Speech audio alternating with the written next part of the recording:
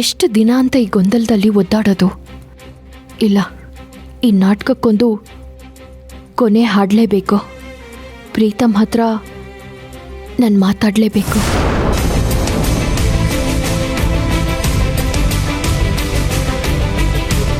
ಕಾವೇರಿ, ತಿಂಡಿ ಮಾತ್ರ ಸೂಪರ್. ಎಷ್ಟೇ ಆಗಲಿ ಪದ್ಮಾಂಟಿ ಕೈ ರುಚಿ ನೆಕ್ಸ್ಟ್ ಲೆವೆಲ್.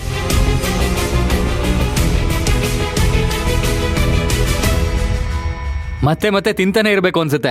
Thank you. ಈ ಥರ ನಮ್ಮಮ್ಮನ ಕೈ ಅಡುಗೆ ತಿಂದವನೇ ನನಗೆ ದ್ರೋಹ ಮಾಡ್ದ. ಕಾವೇರಿ, ಏನು ಯೋಚನೆ ಮಾಡ್ತಾ ಇದ್ಯಾ? ಏನಿಲ್ಲ ಸರ್, ಮನ್ಸಲ್ಲಿರೋದನ್ನ ನಿಮ್ಮ ಹತ್ರ ಹೇಳ್ಕೊಂಡು ಮನಸ್ಸನ್ನ ಹಗುರ ಮಾಡ್ಕೊಳ್ಳೋಣ ಅಂತ ಬಂದೆ.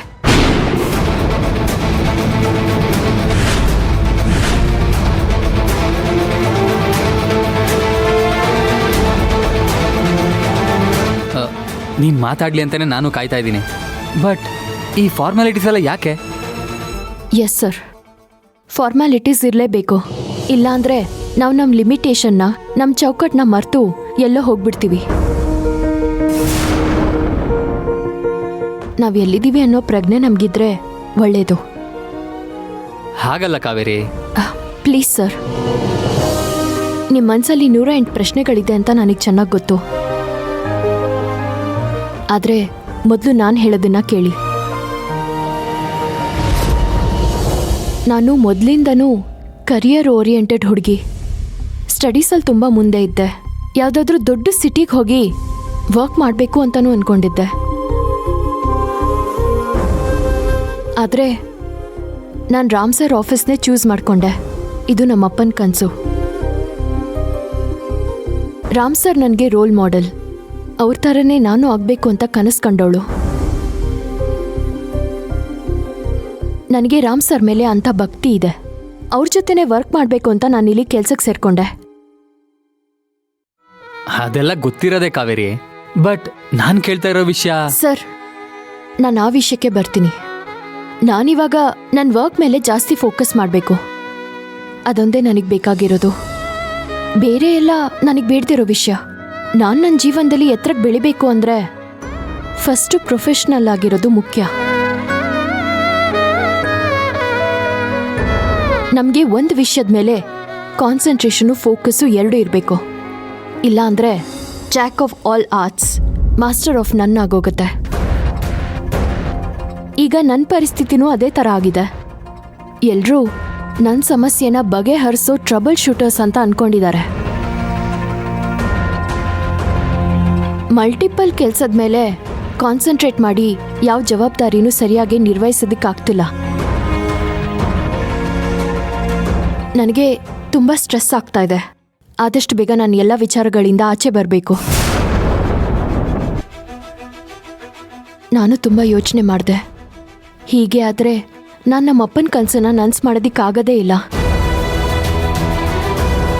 ಅದಕ್ಕೆ ನಾನು ಎಲ್ಲ ಜವಾಬ್ದಾರಿನೂ ಬಿಟ್ಟು ಬರೀ ನನ್ನ ಆಫೀಸಲ್ಲಿ GM ಆಗಿರೋದ್ರ ಬಗ್ಗೆ ಮಾತ್ರ ಫೋಕಸ್ ಮಾಡಬೇಕು ಅಂತ ಅಂದ್ಕೊಂಡಿದ್ದೀನಿ. ಅದಕ್ಕೆ ನೀವು ನನಗೆ ಕೋಆಪ್ರೇಟ್ ಮಾಡಬೇಕು. ಪದೇ ಪದೇ ನನಗೆ ಅದೇ ಪ್ರಶ್ನೆಗಳನ್ನ ಕೇಳಬೇಡಿ ಪ್ಲೀಸ್. ಇದು ಬಿಟ್ಟು ಬೇರೆ ಏನೂ ಇಲ್ಲ. ನನಗೆ ನನ್ನದೇ ಆದಂಥ ಪರ್ಸ್ನಲ್ ಸ್ಪೇಸ್ ಬೇಕು. I hope you understand.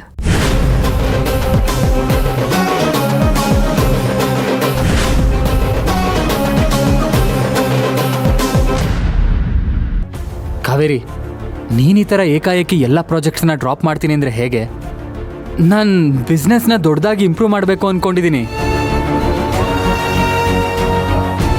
ಅದಕ್ಕೆ ನಿನ್ನ ಸಪೋರ್ಟ್ ನನಗೆ ಬೇಕೇ ಬೇಕು Kaveri.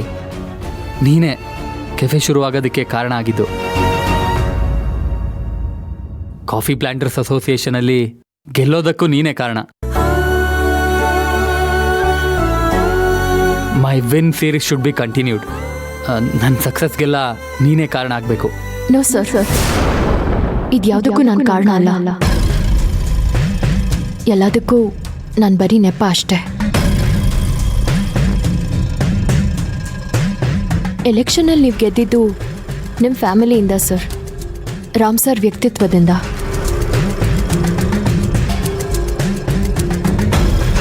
So better you concentrate on planters association.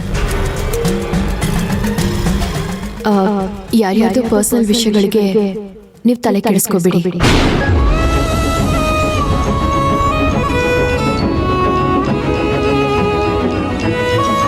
Kaveri, ಯಾಕೆ ಈ ಸಡನ್ ಡಿಸಿಷನ್? ನೀನು ಯಾಕೆ ಈ ಥರ ಚೇಂಜ್ ಆಗಿದ್ಯಾ? ಸರ್, ನಾನು ಇಷ್ಟೊತ್ತಿಂದ ಇದನ್ನೇ ಹೇಳಿದ್ದು. ನಾನು ಯಾಕೆ ಮಾತಾಡ್ತಾ ಇಲ್ಲ, ನಾನು ಯಾಕೆ ಮೊದಲ ಥರ ಇಲ್ಲ, ಪಾರ್ಟಿ ಆದ್ಮೇಲೆ ಏನಾಯ್ತು, ಈ ಥರ ಸಿಲಿ ಕ್ವೆಶನ್ಸ್ನ ನನಗೆ ಕೇಳೋದನ್ನ ಬಿಟ್ಬಿಡಿ ಅಂತ.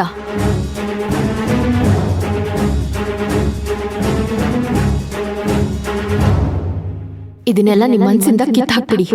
ಒಂದು ಟ್ರಾನ್ಸ್ಫಾರ್ಮೇಶನ್ ಮಾಡ್ಕೋಬೇಕು ಅಂದ್ರೆ ನಮ್ಮಲ್ಲಿ ಇಂಥ ತುಂಬಾ ಬದಲಾವಣೆಗಳನ್ನ ಮಾಡ್ಕೋಬೇಕಾಗತ್ತೆ. ನಾನು ಈಗ ಆ ಸಿಚುಯೇಷನ್ ಅಲ್ಲೇ ಇದ್ದೀನಿ. ಕಂಬಳಿ ಹುಳಗಳು ಚಿಟ್ಟೆ ಆಗ್ಬೇಕು ಅಂದ್ರೆ ಒಂದಷ್ಟು ದಿನ ಕೋಶದಲ್ಲೇ ಇರಬೇಕು.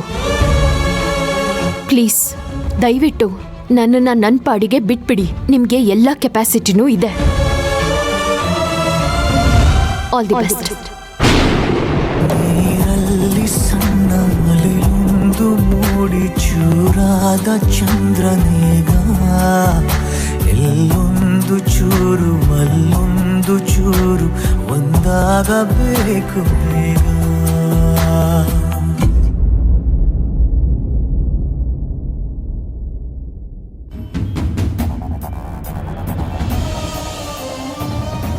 ಸದ್ಯ ಕಾವೇರಿ ಆ ರಾತ್ರಿ ರೆಸಾರ್ಟಲ್ಲಿ ನಡೆದಿದ್ದನ್ನು ಹೇಳಿಲ್ಲ, ಅದನ್ನು ಸೀಕ್ರೆಟಾಗೇ ಇಟ್ಟಿದ್ದಾಳೆ. Thank god.